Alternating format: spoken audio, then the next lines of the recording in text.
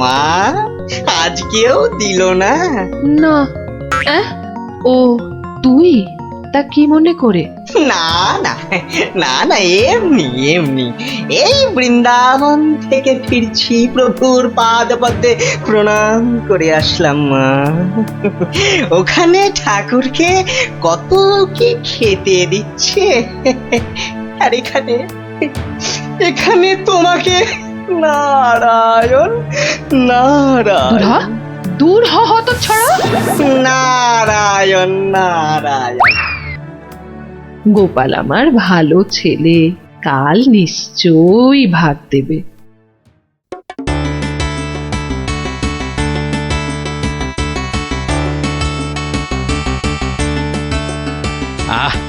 আজ অমাবস্যার পুজো দিয়েছি মাকে। কবজি ডুবিয়ে পাঠার মাংস খেতে হবে, না হলে যে মায়ের মান থাকবে না। নোলা একেবারে তো ছক ছক করছে।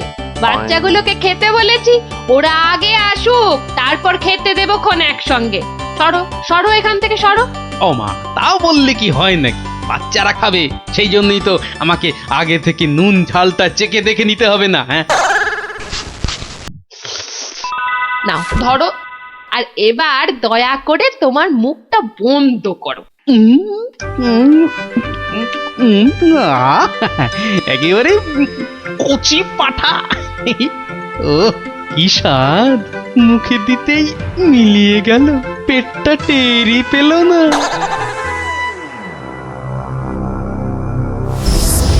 ও বেটা, আজও আমি বাদ? খালি আমার নাম করে ভালো মন্দ খাওয়া, আর আমার বেলায় বাতাসা। দাঁড়াও দাঁড়াও, টের পাওয়াচ্ছি।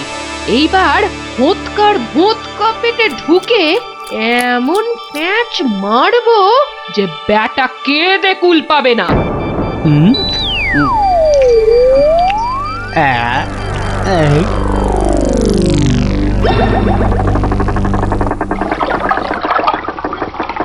এই রে, পেটটা কেমন যেন গুড়গুড় করে উঠলো মনে হচ্ছে।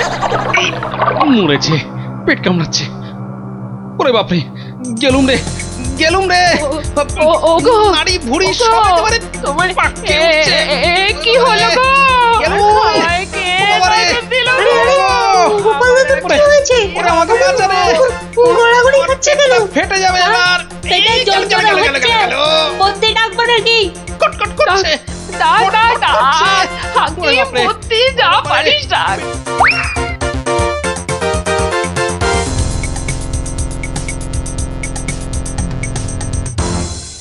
দাঁড়া দাঁড়া দাঁড়া, আমি বরং নারকোল তেল দিয়ে তল পেটটা ভালো করে এই দলাই মালাই করে দিই। লোকে বলে এতে নাকি পেট ঠান্ডা হয়।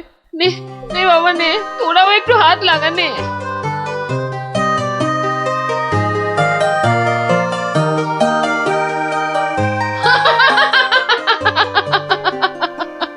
দেখ দেখ কেমন মজা। ও যতই মালিশ কর, কিছুতেই কিচ্ছু হবে না। গোপালের পেটে আমি এমন পালিশ করেছি যে ওর ঢাকের মতো পেট এখন ডুগডুগির মতো বাজতে থাকবে। প্রতিদিন আমাকে দেখিয়ে দেখিয়ে খাওয়া, হ্যাঁ? আমিও দেখছি কোন কবিরাজ বৈদ্যের কত কেরামতি। এমন হুড়কো দিয়েছি যে ছদু কেঁদে কুল কিনারা পাবে না।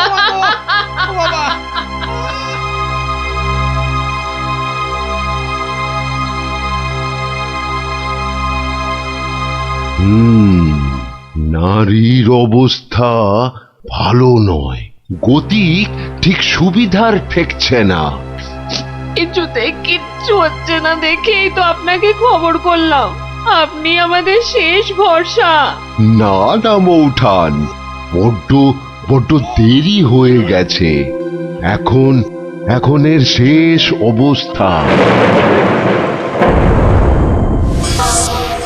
ঠাকুর ডাকো, ঠাকুর ডাকো, দেখো যদি কিছু হয়। আমি বরং চললাম। আমাদের ছেড়ে চলে যাবে গো।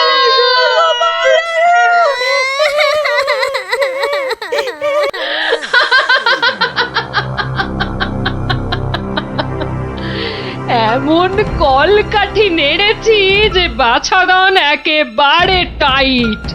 আমার তো এখন ইচ্ছে করছে পাঁঠা নয়, তোর মুন্ডুটা চেবাই।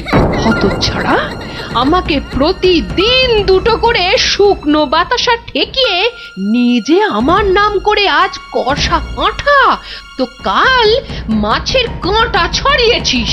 আমিও যে সে নয়, তোকে দিয়ে আমি পাঁঠা কেন মোষ বলি দেওয়াবো, তারপর তোকে দেখিয়ে দেখিয়ে খাবো।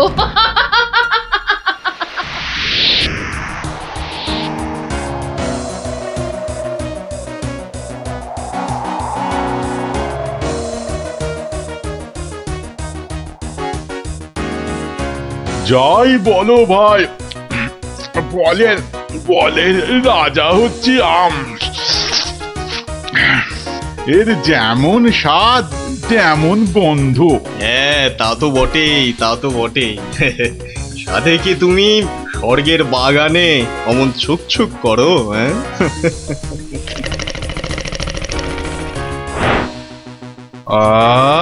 কি সুখ!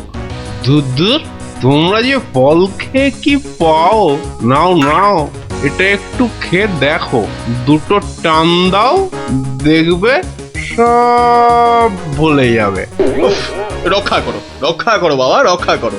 আমায় কি সুখে থাকতে ভূতে কিলিয়েছে? হ্যাঁ, যে আমিও সব ছাইপাশ গিলতে যাব? আপনারা তো রসে বসে বেশ আছেন, আর আমার হয়েছে যত জ্বালা। তোমার আবার কি হলো মা? তোমার তো আবার ফলমূল নাকি চলে না, তবে কি মাছ মাংসেও অরুচি ধরে গেল? দুবেলা বাতাসা খেয়ে খেয়ে পেটে চড়া পড়ে গেল, আর বলে কিনা অরুচি। সে কি শুধুই বাতাসা? কে করেছে এমন তামাশা? গোপাল। কালী, কিন্তু আমি যে শুনেছিলাম সে নাকি তোমার বড় ভক্ত। ভক্তি তো 16 আনা, আর সেই জন্যেই তো ও যা চায় তাই দিই। কিন্তু বেটা সারাক্ষণ আমার পুজো করে বাতাসা দিয়ে, এটা কি ঠিক হচ্ছে? কিন্তু কিন্তু তুমি তো ওর কাছে ভালো কিছু পুজো চাইতেই পারো। সে কি আর চাইনি? অনেকবার চেয়েছি, কিন্তু কাজ হচ্ছে কচ্ছু।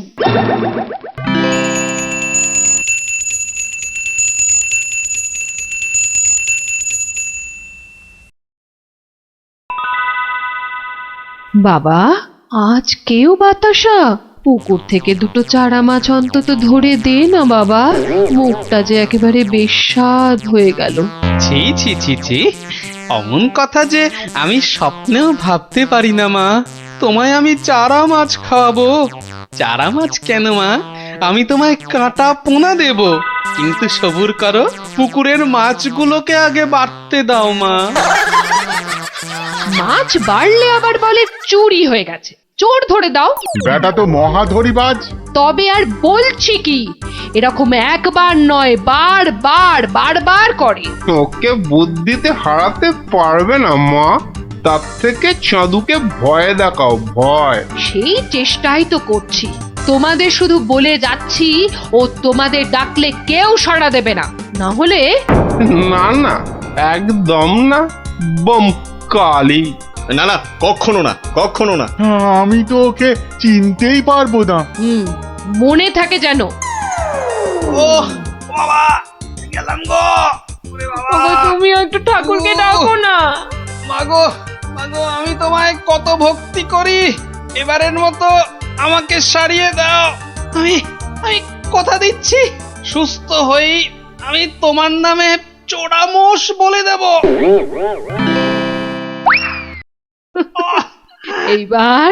এইবার পথে এসো বাছা ধন, পথে এসো। যাক, গোপাল যখন আবার কথা দিয়েছে, তখন আর একটা সুযোগ দিয়েই দেখি কি করে। তাছাড়া ওদের দুঃখ আর চোখে দেখা যায় না। যা যা বাবা, ভালো হয়ে যা।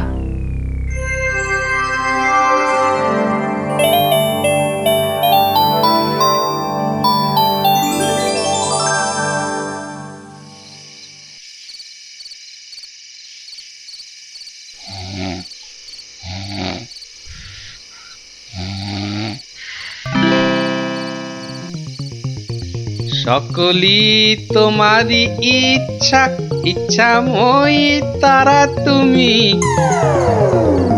মা মা করে খুব তো ডাকছিস মাকে, তা মাকে কি কথা দিয়েছিলি ভুলে গেলি? বলেছিলি পেট ভালো করে দিলে জোড়া মোষ বলে দিবি আমার নামে। কই, তার তো নাম গন্ধ নেই। ছি ছি মা, সে কি কথা? আমি কি তোমার সেরকম ছেলে? আমার খুব মনে আছে, কিন্তু তোমার এই গরিব ছেলের কথা একটু ভাবো মা। ওই জোড়া মোষ কেনার পয়সা কোথা থেকে পাই বলো তো? কিন্তু তুই যে বলেছিলি মোষ বলি দিবি। সবুর করো মা, সবুর করো, একটু ধৈর্য ধরো। পয়সা হলেই আমি আমি আমি ঠিক একটা ব্যবস্থা করব মা। আমি ঠিক ব্যবস্থা করব, ঠিক ব্যবস্থা করব।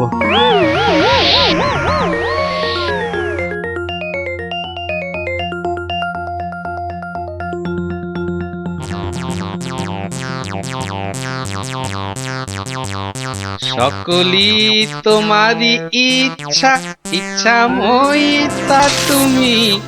সকলি তোমারই। আরে, ফাঁকা রাস্তায় এটা আবার কি? দেখি দেখি দেখি দেখি। আরে, এই যে দেখি মেঘনা চাইতেই জল। দেখি দেখি দেখি, সব মিলিয়ে কত আছে। মা কালীর দয়ায় মোহরগুলো পেয়েছিস, নষ্ট করিস না। যা যা, চটপট মায়ের জন্য দুটো মোষ কিনে ফেল।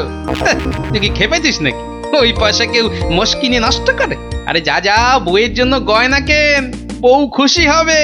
মা খুশি হলে তোকে আশীর্বাদ করবে, বউ রেগে গেলে তোকে ঝেঁটা পেটা করবে।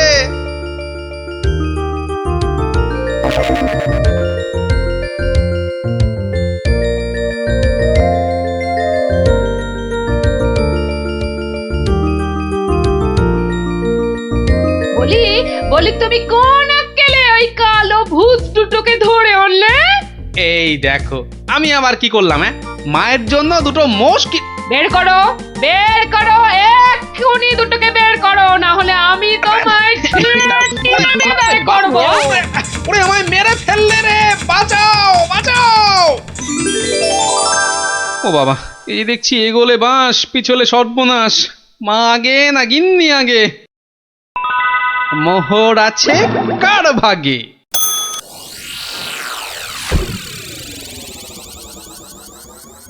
বেলা গড়িয়ে দুপুর হতে চললো, এখনো বুড়োটার পাত্তা নেই। এই যে আমি এসে গেছি, তোমাকে ছেড়ে আর কোথায় যাই গিন্নি? এসে আমাকে একেবারে উদ্ধার করেছো, মরণ দশা আমার। না না না, একটু ভুল হলো, একটু ভুল হলো। মরণ দশা নয়, এই ভাতটা তোমার। সত্যি? তাহলে এই ছিল তোমার মনে? যাই যাই, ঘরে গিয়ে আয়নায় দেখি গে, কেমন দেখতে লাগে আমার।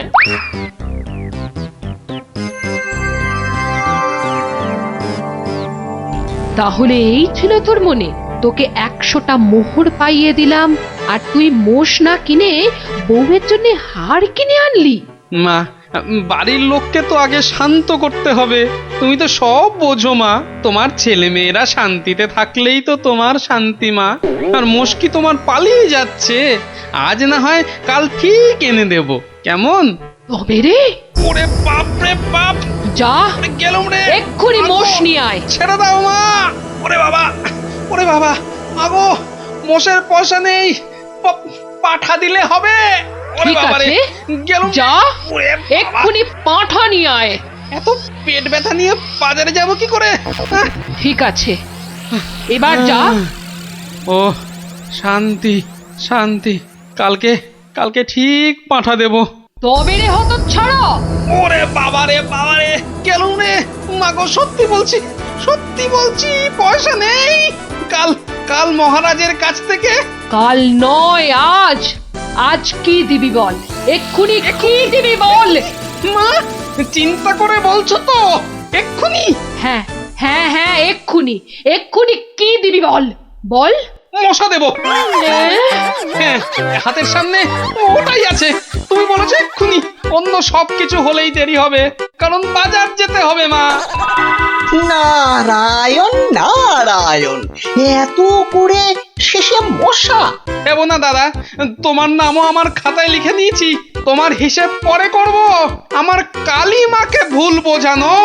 হ্যাঁ, ইয়ে বাবা, নারায়ণ নারায়ণ নারায়ণ নারায়ণ নারায়ণ। মশা মশা তুই খাস বাবা, আমার বাতাসাই ভালো। এর নাম গোপাল, এর মতো ভক্ত পাওয়া সবই আমার কপাল। আমার আমার সোনা মা, সোনা মা আমার।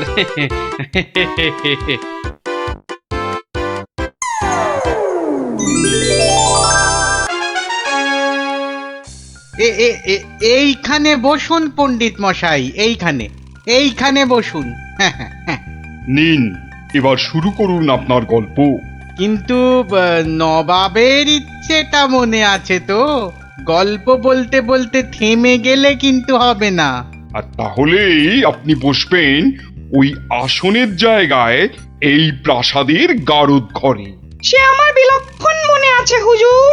নিন, তাহলে আর দেরি কেন, শুরু করুন।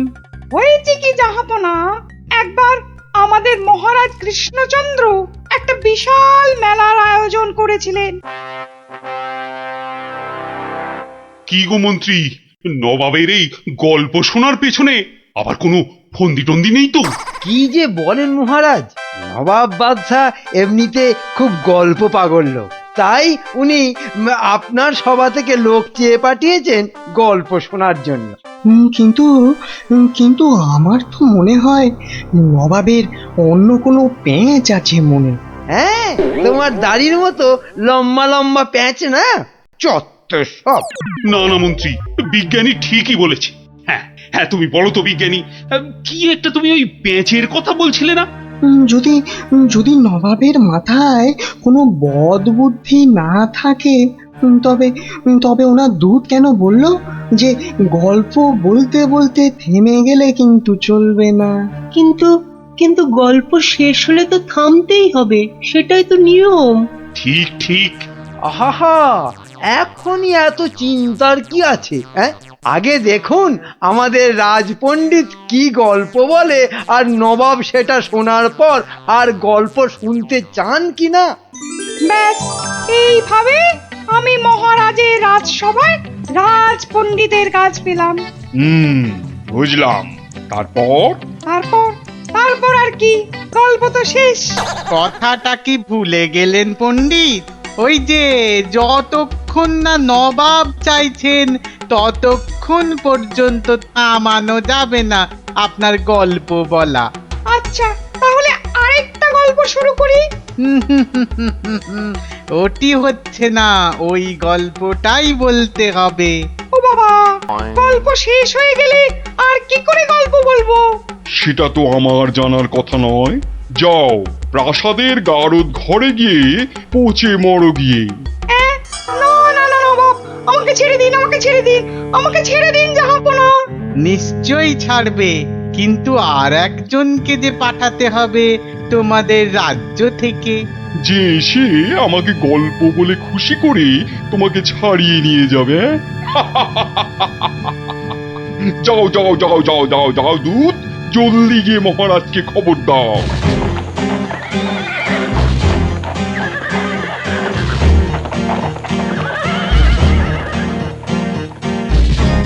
আগে আমি জাহাপনাকে একটা যুদ্ধের গল্প শোনাবো। সে শোনাও, কিন্তু থামলে চলবে না কিন্তু, তাহলেই রাজপণ্ডিতের সঙ্গে একসাথে থাকার জন্য গারদ চালন করব, কেমন?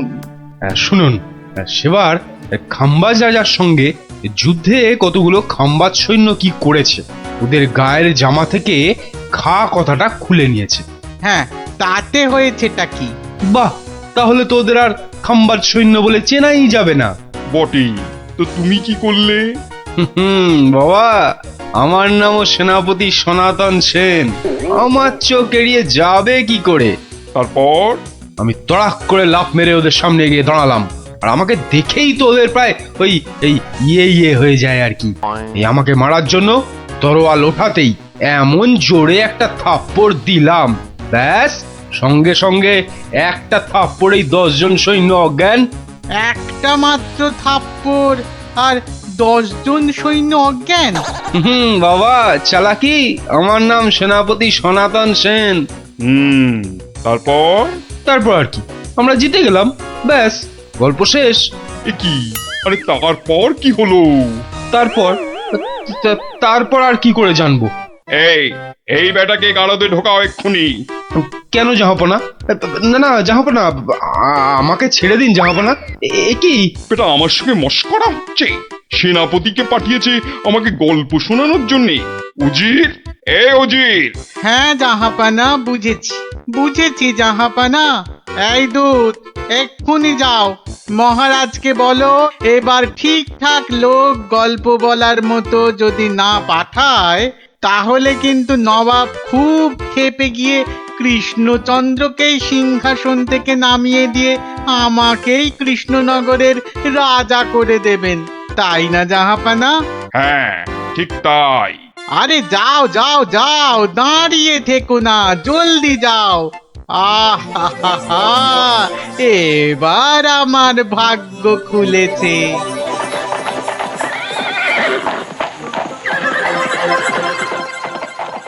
কি মন্ত্রী, দেখেছো তো? এটাই আসলে নবাবের ফন্দি ছিল, আমাকে এই সিংহাসন থেকে নামানো। আপনি এখনো এত চিন্তা করছেন মহারাজ আমি থাকতে? হ্যাঁ, গোপাল থাকলে এত চিন্তাই করতাম না। সেই 7 দিনের ছুটি নিয়ে কোথায় গিয়ে যে পড়ে আছে, আসার নামটাও করে না। যে নেই তার জন্য বিলাপ করে কি লাভ মহারাজ? এই শর্মাই গেলে নবাবকে এমন গল্প শোনাতো যে নবাব একেবারে হাঁ হয়ে যেত। ঠিক বলেছ, এবার তুমি যাবে। হ্যাঁ, আমি মানে আমি গেলে কে আপনার রাজ্য সামলাবে মহারাজ? হ্যাঁ, রাজ্যই না থাকলে তার আবার সামলানো। আরে যাও যাও, আগে গিয়ে নবাবকে সামলাও, যাও যাও। হ্যাঁ, যদি গল্প বলতে না পারি? মানিক আমার, যদি গল্প বলতে না পারি, যাও না, তাহলে নবাবের গারদে আমার জন্য অপেক্ষা করবে।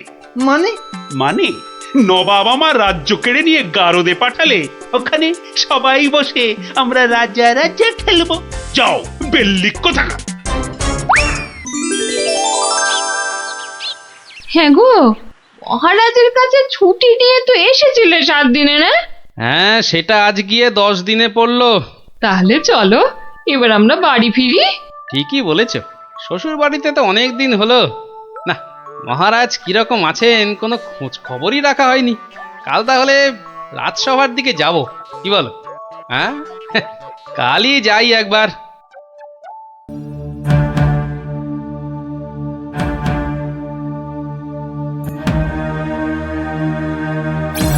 এ কি মহারাজ, বসে আছেন? তোমার আর তাতে কি? তোমার শুধু শ্বশুর বাড়িতে ভালো মন্দ খেতে পারলেই তো হলো। না মহারাজ, আসলে ওই অনেকদিন পরে গেলাম তো, ওরা কিছুতেই ছাড়তে চায় না। হ্যাঁ, এদিকে আমার তো এই কৃষ্ণনগরের সিংহাসনটাই মনে হচ্ছে ছাড়তে হবে। বলেন কি? তাহলে শোনো। ব্যাস, আর আমাকে পায় কে? সব উত্তর আমি বই দেখেই টুকে দিলাম। বাহ, তাহলে টুকেই তুমি মন্ত্রিত্বের পরীক্ষায় পাশ করে গেলে। শুধু কি তাই, মৌখিক পরীক্ষার সময় মহারাজের পেটটা খুব গন্ডগোল করলো, আর আমিও মুখে পরীক্ষা না দিয়ে ড্যাং ড্যাং করে মন্ত্রী হয়ে গেলাম। বুঝলাম, কিন্তু তারপর আমি চাকরি করি আর মাইনে পাই, চাকরি করি আর মাইনে পাই। তারপর আমি বিয়ে করলাম। তারপর বউয়ের কথায় টুকটাক কোষাগার থেকে পয়সা সরাতে লাগলাম। তারপর আর কি, যা করি সবই তো বললাম। আমলো যা, তারপর আর কিছু নেই। তাহলে তোমার গল্প শেষ হলো? হ্যাঁ।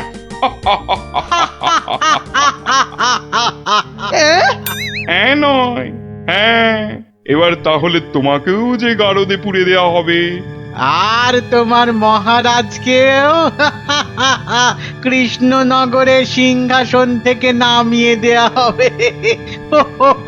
ওরে বাবা রে, জাহাপনা এবারের মতো মাফ করে দিন, এবারে ও আমার নজর যখন একবার কৃষ্ণনগরের সিংহাসনের দিকে পড়েছে তখন আর কাউকে কোনো মাফ নেই। আর তোমাকে তো শুধু গারদে রাখবো না, তোমাকে বাঘে খাওয়াবো। আগের বার খুব জোর বেঁচেছিলে। ওরে বাবা, কি করা যায় তাহলে, কি করা যায়? হ্যাঁ, গোপাল, হ্যাঁ, গোপাল, পেয়েছি।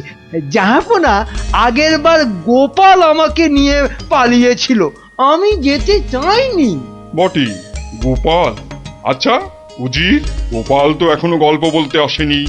না জাহাপানা, তাকে সরাতে পারলেই আমার রাজা হওয়া কেউ আটকাতে পারবে না। কি বকছো বিড়বিড় করে? না জাহাপানা, বলছিলাম যে গোপালকে আসতে বলি। নিশ্চয়ই, ওকেও যে আমার গারদে লাগবে। দূত, যাও গিয়ে কৃষ্ণচন্দ্রকে খবর দাও, গোপালকে পাঠাতে বলো। শেষ ভরসা এখন ওই গোপাল। বুঝলে তো অবস্থাটা? আমাকে যেতে দিন মহারাজ। না না গোপাল, আর আমি আমার রাজসভার কাউকে নবাবের কাছে ওই গারদে আটকে রাখার জন্য পাঠাতে পারবো না। আহা, গারদে আটকে থাকার জন্য তো পাঠাবেন না, নবাবকে গল্প শোনাবার জন্য পাঠাবেন। তোমার কি মাথাটা খারাপ হয়ে গেল গোপাল? না না, আমার রাজত্ব সিংহাসন কিচ্ছু চাই না। আর প্রজারাও আমার জন্য অসুবিধে পড়ুক, সেটা তো আমি একেবারেই চাই না। কিন্তু নবাব যখন শেষ সুযোগ একটা দিয়েছেন, তখন তো সেটার সদ্ব্যবহার করতে হবে। তাহলে গোপাল, তোমার গল্প শুরু করো। শর্তটা মনে আছে তো? বিলক্ষণ।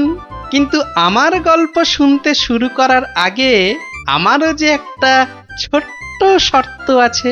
তোমার আবার শর্ত? বলে ফেলো।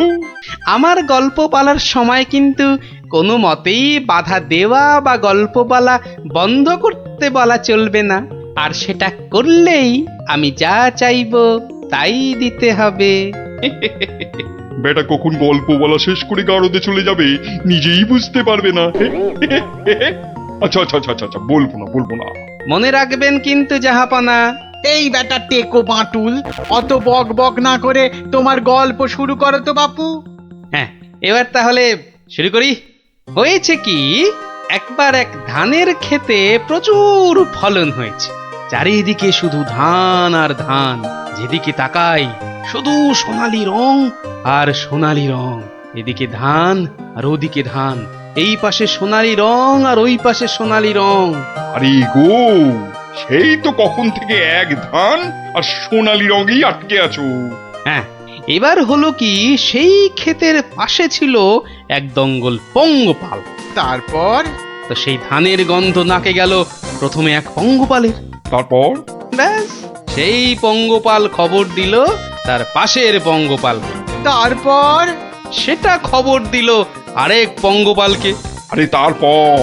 সেটা খবর দিল আরেকটাকে। সে তো বুঝলাম, কিন্তু তারপর? তারপর আরেকটাকে। গোপাল, এরপর কি? এরপর আরেকটাকে। তারপর আরেকটাকে। গোপাল, এটা আমাকে আর বোঝাতে হবে না, কিন্তু এটা কতক্ষণ ধরে চলবে? সে কি জাহাপনা, এতেই এত অধৈর্য হয়ে পড়লে চলবে? সবে তো ৫-৬ হাজারটা পঙ্গপালের মধ্যে খবর ছড়িয়েছে, কিন্তু ওই দঙ্গলে মোট ১০২০ পঙ্গপাল ছিল। তো তারা তো এক এক করে খবর পাবে। হ্যাঁ, মানে? এতেই শেষ নয় নবাব বাদশাহ। এরপর ওরা পৃথিবীর সমস্ত পঙ্গপালকে কিভাবে খবর দেবে, তারপর এক এক করে খেতে গিয়ে কিভাবে ধান খেতে থাকবে, সেসব গল্প বলতে তো সময় লাগবেই জাহাপনা। থাক, আর তোমাকে গল্প বলতে হবে না। না জাহাপানা, গল্প শোনা কিন্তু থামাবেন না, একদম থামাবেন না। বলছো?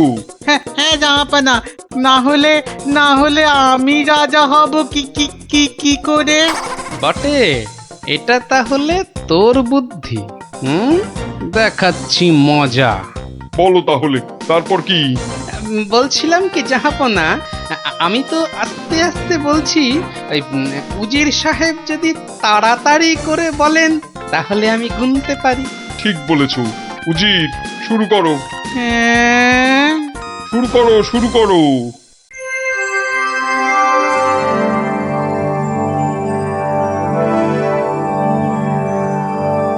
তারপর আর একটা খবর পেল, তারপর আর একটা, তারপর আর একটা, তারপর আর একটা, গোপাল, আর আর কত? আর কোটি খানেক হবে, কোটি খানেক হবে জাহাপনা, এক্ষুনি হয়ে যাবে। বন্ধ করো, বন্ধ করো তোমার গল্প, বন্ধ করো। কিন্তু জাহাপনা, আমার গল্প বলার শুরুতেই একটা শর্ত ছিল যে আমাকে গল্প বলা কোনো মতেই বন্ধ করতে বলা চলবে না। আমি আমি রাজা হব, আমি রাজা হব, আমি রাজা হব জাহাপনা। আমি গারদ থেকে মন্ত্রী, পণ্ডিত আর সেনাপতিকে ছেড়ে দিচ্ছি, আর তোমাকে 1000টা সোনার মোহর দিচ্ছি। তুমি বাড়ি যাও গোপাল, তুমি বাড়ি যাও। নবাবের জয় হোক,